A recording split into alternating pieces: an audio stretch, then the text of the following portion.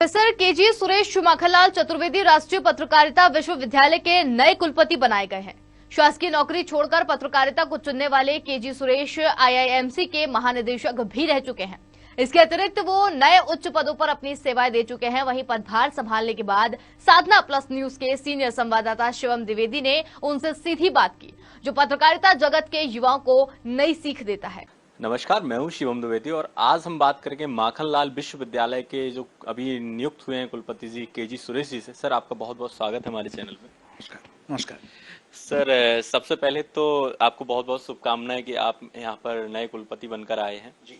Sir, आज हम जानना चाहेंगे कि आपने अपने पत्रकारिता की शुरुआत कहाँ से की थी? जी देखिए, मैंने तो शुरुआत सरकारी नौकरी से की थी, लेकिन क्योंकि मेरे पिताजी सरकारी नौकरी में थे, वो भी चाहते थे कि इकलौता बेटा होने के नाते कि मैं भी जो हूँ सरकारी नौकरी में जाऊँ। लेकिन मेरा बचपन से ही रुझान जो है अखबारों की तरफ था और मैं समाचार पत्र बहुत, उन दिनों तो टेलीविज़न सिर्फ दूरदर्शन ही हुआ करती थी, तो मेरा जो है रुझान रहता था। मैं संपादक के नाम पत्र लिखता था। मेरा मन नहीं किया कि सरकारी नौकरी, मैं सरकारी नौकरी का चयन भी हो गया मेरा, और लेकिन मैंने छोड़ दिया उसे और पत्रकारिता में आ गया। शुरुआत में तो छोटे पत्रिकाओं के साथ मैंने किया। एक हिंदुस्तान टाइम्स की इवनिंग न्यूज़ है और कुछ और अखबार दिल्ली में। और उसके बाद मेरा जो कम उम्र में बड़ा ब्रेक वो मिला press trust of India, PTI, जो देश की सबसे बड़ी संवाद समिति है, न्यूज़ एजेंसी है। इसमें बड़ा लंबा सफ़र मेरा रहा। मैंने एक एडिटोरियल ट्रेनी से अपनी यात्रा शुरू की और मैं मुख्य राजनीतिक संवाददाता बना। प्रधानमंत्री कार्यालय देखा, राष्ट्रपति और उपराष्ट्रपति के साथ भी जो है देश विदेश घूमने का अवसर मिला, और ऐसा कोई बीट नहीं था, राजनीतिक बीट, जिसको मैंने कवर नहीं किया है। तो ये मेरा पत्रकारिता का जीवन रहा। उसके बाद आगे भी मैं पत्रकारिता 2015 में मैं दूरदर्शन का वरिष्ठ सलाहकार संपादक बना, और उसके बाद 2016 में मेरी नियुक्ति हुई भारतीय जनसंचार संस्थान के महानिदेशक के रूप में। वहाँ का कार्यकाल 19 में समाप्त हुआ और लगभग एक वर्ष मैंने के बीच में जो अंतराल था उसमें मैंने देहरादून में एक media school of modern media की स्थापना की। मैं संस्थापक डीन था उस स्कूल का, और तभी मेरी ये नियुक्ति यहाँ हुई कोविड काल में, और मुझे खुशी है। और मैं माखनलाल से शुरुआती जो दौर से जुड़ा रहा हूँ। मैं इस विश्वविद्यालय का पहला एडजंक्ट प्रोफेसर हूँ, और इसका जो नोएडा परिसर है उसके शुरुआती दौर से मैं जो हूँ यहाँ पढ़ाता रहा हूँ। सर, जैसा कि आपका तो जो करियर है बहुत लंबा रहा है पत्रकारिता में, आज के समय की पत्रकारिता को आप किस रूप में देखते हैं? देखिए, मैं समझता हूँ कि हर जमाने की पत्रकारिता का एक अपनी पहचान होती है, और उसमें टेक्नोलॉजी यानी प्रौद्योगिकी का भी परिवर्तन होता है और कंटेंट में भी परिवर्तन होता है। थोड़ा अगर खेद हम लोगों को, थोड़े से पुराने लोगों को अगर है, तो वो जो पत्रकारिता के जो कुछ निष्पक्षता, वस्तुनिष्ठा, जिसे कहते हैं कि मैं कहूँगा कि एक्यूरेसी, तथ्यपरक पत्रकारिता, ये कहीं ना कहीं शायद ये सोशल मीडिया का प्रभाव है। लेकिन मुझे लगता है कि ये एक ऐसा फेज है जो एक बहुत ही अस्थाई फेज है। ये आने वाले दिनों में इसमें परिवर्तन होगा। जनता जागरूक है, दर्शक जागरूक है, और श्रोता जागरूक है, पाठक जागरूक है, तो देर सवेर ये दुरुस्त हो जाएगा। पत्रकारिता की बड़ी अहम भूमिका इस देश में रही है। तो मैंने जैसे कहा कि माध्यम बदले हैं, लेकिन पत्रकारिता का जो मूल स्वरूप है वो बहुत ज़्यादा बिगड़ा नहीं है। हाँ, थोड़ा सा पुराने लोगों को लगता है कि बड़ा परिवर्तन आया है, लेकिन इससे भी कठिन परिस्थितियों से हम गुजरे हैं। आपातकाल एक ऐसा परिस्थिति था जिससे भारतीय मीडिया जो है गुजरी है। तो मुझे लगता है कि इस वक्त की जो परिस्थितियां हैं कई कारणों से हैं, इससे भी हम उभर पाएंगे, ये मेरा विश्वास है। सर, आज के समय में हम देख रहे हैं, जिस टाइम आपने पत्रकारिता की शुरुआत की थी उस टाइम पे कुछ चुनिंदा ही संस्थान हुआ करते थे, लेकिन आज जिस तरीके से सोशल मीडिया का क्रेज आया है और जो आंधी आज चल रही है, इससे क्या प्रभाव पड़ रहा है प्रिंट और इलेक्ट्रॉनिक्स पर? हाँ, देखिए, एक शब्द जिससे मुझे परहेज है वो है नागरिक पत्रकारिता। क्या आपने नागरिक इंजीनियर सुना है? क्या आपने नागरिक डॉक्टर सुना है? नहीं सुना। जब आपने नागरिक इंजीनियर और नागरिक डॉक्टर नहीं सुना, नागरिक चार्टर्ड अकाउंटेंट नहीं सुना, तो फिर नागरिक पत्रकार कैसे? पत्रकार वही हो सकता है जिसने प्रशिक्षण, हाँ शुरुआती दौर में पत्रकारिता में प्रशिक्षण की आवश्यकता नहीं थी। मैं भी जब पत्रकारिता में आया तो शुरुआत में मेरा प्रशिक्षण नहीं था, मैंने बाद में जो है इवनिंग कोर्सेस जाके किया, उसके बाद मैंने फुल फ्लेज पोस्ट ग्रेजुएशन किया पत्रकारिता में, वरना मात्र अंग्रेजी साहित्य पढ़ के मैं जो हूँ पत्रकारिता में आया था। लेकिन आज वो दौर बदल गया है, आज चाहे वो टेक्नोलॉजी हो, आज चाहे, क्योंकि इतना बड़े स्तर पर मीडिया का फैलाव हो गया है कि आज संविधान का जानना जरूरी है, आज जो है नैतिक मूल्यों का जानना जरूरी है, आज जो है टेक्नोलॉजी को समझना जरूरी है। तो इसलिए बहुत सारे महत्वपूर्ण आयाम हैं जो सिर्फ एक पत्रकारिता शिक्षण संस्थान में ही आप सीख सकते हैं। इसके अध्ययन के बगैर कोई भी भाषा लिख सकता है, इस आधार पर पत्रकार बन गया और पत्रकारिता के नियमों से, सिद्धांतों से वो वाकिफ नहीं है, तो वो बहुत गलत फहमियां, गलत चीजें समाज में फैला देता है, जिसके कारण पत्रकारिता पर प्रश्न चिन्ह उठता है और उसके विश्वसनीयता पर प्रश्न चिन्ह उठता है। इसलिए बहुत आवश्यक है कि हम कुछ नियमन जरूर करें।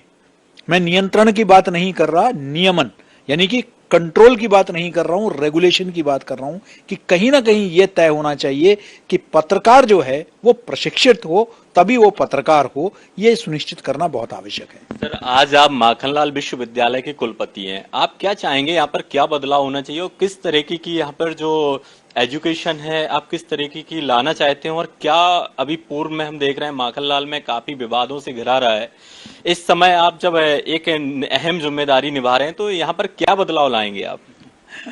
देखिए, मैं पूर्व में क्या हुआ इस पर टिप्पणी नहीं करना चाहता। मैं पीछे मुड़ के देखने वालों में नहीं हूं, आगे देखने वालों में हूं। मैं समझता हूं कि यहाँ एक सकारात्मक ऊर्जा पिछले 6 महीने से, जब से मैंने कार्यभार संभाला है तब से आया है, और हम सतत एक उन्नयन की ओर, प्रगति की ओर हम बढ़ रहे हैं, हम प्रगतिशील हैं। हम चाहते हैं कि आने वाले दिनों में देश के बेहतरीन विश्वविद्यालयों में, देश के बेहतरीन मीडिया संस्थाओं में माखनलाल चतुर्वेदी पत्रकारिता एवं संचार विश्वविद्यालय भोपाल की गिनती हो। ये जाना जाए अपने अध्यापन के लिए, यहाँ के अध्यापकों के लिए, यहाँ के शोध के लिए, यहाँ के प्रकाशन के लिए, किसी विवाद के लिए हम सुर्खियों में ना रहें। हम सकारात्मक जो हम लोग पहल ले रहे हैं उसके लिए हम देश भर के सुर्खियों में रहें। हमारी चर्चा हो कि भोपाल में जो है एक ऐसा एक केंद्र है, और मुझे उम्मीद है कि जो नए परिसर हमारा है बिसनखेड़ी का, और वहां जाकर जो है हम बहुत कुछ नवाचार कर पाएंगे, ये मेरा विश्वास है। सर, जैसा कि लोगों का कहना है कि अगर मध्य प्रदेश में कोई भी राजनीतिक बदलाव होता है तो उसका सबसे पहले प्रभाव माखनलाल पे देखने को मिलता है। इसका अगर एग्जांपल हम लेके चलें तो 2018 से लेके 2021 में 5 से 6 लोगों पे इसका कुलपति का प्रभार रह चुका है। तो जब आपको यहाँ का कुलपति नियुक्त किया जा रहा था तो आपके मन में क्या था उस समय कि क्या आप यहाँ पर लंबे समय के लिए आए या फिर राजनीतिक के साथ साथ आप भी यहाँ पर कुछ टाइम ही रह पाएंगे? देखिए, मैंने इसके बारे में नहीं सोचा, मैंने मात्र इतना ही सोचा। देखिए, इससे पहले मैं भारतीय जनसंचार संस्थान, जो देश का सबसे प्रतिष्ठित मीडिया संस्था है, इसका महानिदेशक रह चुका हूं, और ये देश का सबसे पुराना और सबसे बड़ा मीडिया का विश्वविद्यालय है। ये मेरे लिए गौरव की बात है कि मैं इधर का कुलपति बनूं। तो मैंने ये नहीं देखा कितना कार्यकाल होगा, जितना भी होगा अच्छा काम करूंगा, बस इस मंतव्य से ही मैं इधर आया हूं। इसलिए मैंने कभी कार्यकाल की तरफ नहीं देखा। जब तक हूं तब तक अच्छा काम करूंगा। और मेरा ये मानना है कि विश्वविद्यालय में, कोई भी विश्वविद्यालय क्यों ना हो, विश्वविद्यालय एक अध्ययन अध्यापन का केंद्र है, शोध का केंद्र है। वहां राजनीति के कारण नीतियों में परिवर्तन की आवश्यकता नहीं है। जो अच्छा है विश्वविद्यालय के हित में है, छात्र हित में है, उसको आगे बढ़ाते रहना है। सर, पूर्व में हमने देखा माखनलाल पर कई आरोप लगे हैं कि एक पर्टिकुलर एक विचारधारा पे चलता है। तो अगर यहाँ पे आज कुलपति हैं तो आप क्या तालमेल रखेंगे अपने छात्रों के साथ? आप एक कुलपति का और एक छात्रों के बीच में कैसा संबंध होना चाहिए? कुलपति, देखिए, वो पूरे विश्वविद्यालय का अभिभावक की तरह है। उसके लिए सभी छात्र प्रिय है, सभी संकाय सदस्य उसके है। वो दोनों आंखों में आप किसको भेदभाव करोगे? हाँ, लेकिन कुछ सिद्धांत है, जैसे राष्ट्र सर्वोपरि है, देश से बढ़कर कुछ नहीं। देश हित में हो, समाज हित में हो, उसको हम समर्थन करेंगे।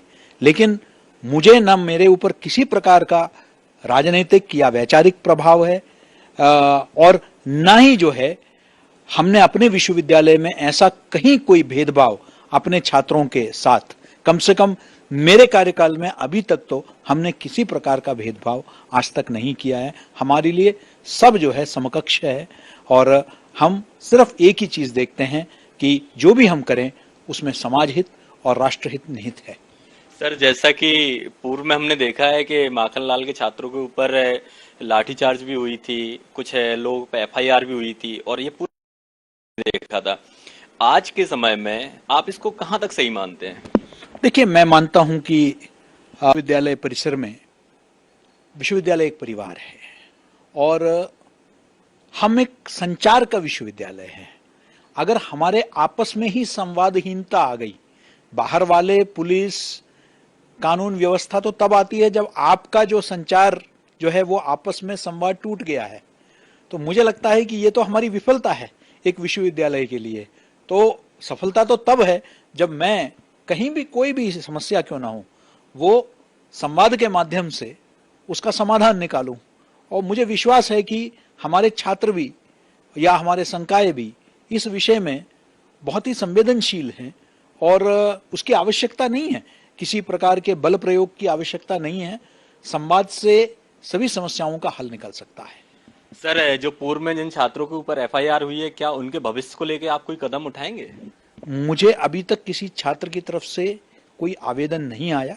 ऐसा कोई छात्र अगर हमें आवेदन देता है तो जो भी यथाशक्ति विश्वविद्यालय कर सकता है, क्योंकि हम चाहते हैं हमारे छात्रों का भविष्य। हमने एक एमसीयू एलमनाई सेल तक स्थापित किया अभी, जो औपचारिक तौर पर, अनौपचारिक तो बहुत चलते रहे ग्रुप्स, व्हाट्सएप ग्रुप वगैरह, औपचारिक स्तर पर जहां उद्देश्य है कि, और हमने उसके उद्घाटन सत्र में मैंने कहा कि छात्र, पूर्व छात्र किसी विचारधारा का क्यों ना हो, किसी राजनीतिक सोच का क्यों ना हो, हमारे लिए वो पूर्व छात्र है और उसके लिए इस विश्वविद्यालय के दरवाजा हमेशा खोले रहेंगे। तो मुझे लगता है कि आज एक सकारात्मक माहौल बन गया है और ईश्वर की कृपा रही, आप सभी का सहयोग रहा, मीडिया बंधुओं का, तो मुझे लगता है कि हम इस सौहार्द को और मजबूत कर पाएंगे। सर, आने वाले समय में आप बिशनखेड़ी में जब कैंपस पहुंचेगा तो इसमें आप क्या क्या सुविधाएं और छात्रों को मुहिम कराएंगे और नए कोर्स कौन कौन से लॉन्च करेंगे? जी देखिए, बिशनखेड़ी परिसर में क्योंकि हमारे पास काफी जगह होगी, हम एक तो उनको बहुत ही अत्याधुनिक मीडिया लैब, चाहे वो डिजिटल मीडिया का लैब हो या स्टूडियो हो, उसकी व्यवस्था तो होगी। हम एक सामुदायिक रेडियो की स्थापना कर रहे हैं, रेडियो करमवीर की। इसके सिवाय हमारा लाइब्रेरी कैफे होगा, यहाँ आप पुस्तक भी पढ़ सकते हैं और कॉफ़ी का मज़ा भी ले सकते हैं, कॉफ़ी चाय उसका लुत्फ भी उठा सकते हैं। हम जो है छात्रों के लिए शांति निकेतन के मॉडल पर हम न सिर्फ कक्षा के अंदर पढ़ाई होगी, लेकिन कक्षा के बाहर भी पेड़ के नीचे बेंच लगा के हम वहाँ भी पढ़ाई का जो है व्यवस्था हम करेंगे। यही नहीं, हम वहाँ एक राष्ट्रीय मीडिया संग्रहालय की स्थापना कर रहे हैं, जिसमें देश के और प्रदेश के मीडिया का इतिहास को हम डिजिटाइज्ड फॉर्मेट में हम वहाँ प्रस्तुत करने का प्रयास करेंगे। यही नहीं, पत्रकार बंधुओं के लिए, क्योंकि हम सतत एक इंडस्ट्री का इंटरफेस चाहते हैं छात्रों के और इंडस्ट्री के बीच में, तो वहाँ एक पत्रकार कैफे की स्थापना कर रहे हैं, जिसके लिए हमारी पीएचडी चेंबर ऑफ कॉमर्स से बात हो चुकी है, वो खुद उसमें सहयोग देने के लिए तैयार हैं। तो हम मिलकर जो है एक पत्रकार कैफे की स्थापना कर रहे हैं। वहाँ हम क्रैश की सुविधाएं कर रहे हैं, ताकि जो हमारे संकाय और कर्मचारी हैं उनके बच्चों को जो वहाँ, क्योंकि आवास की सुविधा है, स्पोर्ट्स क्लब है, जिम की व्यवस्था है, वहाँ एक प्रशिक्षण, अत्याधुनिक प्रशिक्षण केंद्र, क्योंकि अब सितंबर में मेरे यहाँ कार्यभार संभालने के बाद माननीय मुख्यमंत्री ने जनसंपर्क के अधिकारियों का प्रशिक्षण का दायित्व भी जो है माखनलाल पत्रकारिता विश्वविद्यालय को दे दिया है। तो अब हमने अभी तक 2 कार्यशालाएं प्रत्यक्ष में और 1 10 दिवसीय कार्यशाला ऑनलाइन जनसंपर्क अधिकारियों के लिए हमने आयोजन कर लिया है और आगे भी हम उनका प्रशिक्षण और परीक्षण दोनों का कार्य हमें जो है प्रशासन ने सौंपा है, हम इसको भी बखूबी निभाएंगे। तो इस तरह बहुत सारी योजनाएं हैं हमें उम्मीद है कि हम छात्रों के हित में, संकाय के हित में हम जो है वहाँ बेहतर काम कर पाएंगे। सर एक लास्ट क्वेश्चन, जैसा कि विश्वविद्यालय में हम देखते हैं कि देश के कोने कोने से छात्र आते हैं, छात्राएं भी रहती हैं, छात्र भी रहते हैं।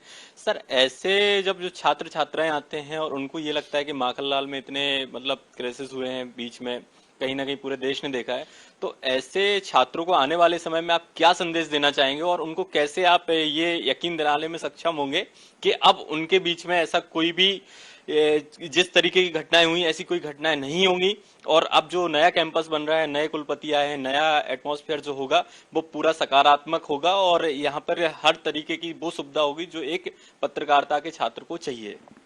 देखिए ऐसा है कि मैं आश्वासन सिर्फ दूं उससे काम नहीं चलेगा। मुझे पूरा विश्वास है कि ये छात्र देख भी रहे हैं आज पत्रकारिता विश्वविद्यालय में क्या हो रहा है, और हम जिस तरीके से एक सकारात्मक ऊर्जा के साथ काम कर रहे हैं संकाय संवर्धन के लिए, छात्रों के उन्नयन के लिए, हम जिस प्रकार से काम कर रहे हैं, मुझे पूरा विश्वास है कि पूरे देश भर के छात्र इसे देख रहे हैं, उससे प्रेरित हो रहे हैं। हमारे बोलने से नहीं होगा, हमारा काम देख के वो आएंगे। राष्ट्रीय पत्रकारिता विश्वविद्यालय है और मैं चाहता हूं कि राष्ट्रीय स्तर पर इसकी पहचान बने। पूरे देश में बिसनखेड़ी में जाने के बाद हमारी पहचान एक अलग से होगी। मैं आपको इतना ही विश्वास दिला सकता हूं कि हमारी तरफ से कोई कमी नहीं होगी इस दिशा में कि मध्य प्रदेश को इस विश्वविद्यालय पर गर्व हो और पूरे देश को गर्व हो, इस और हम काम करेंगे।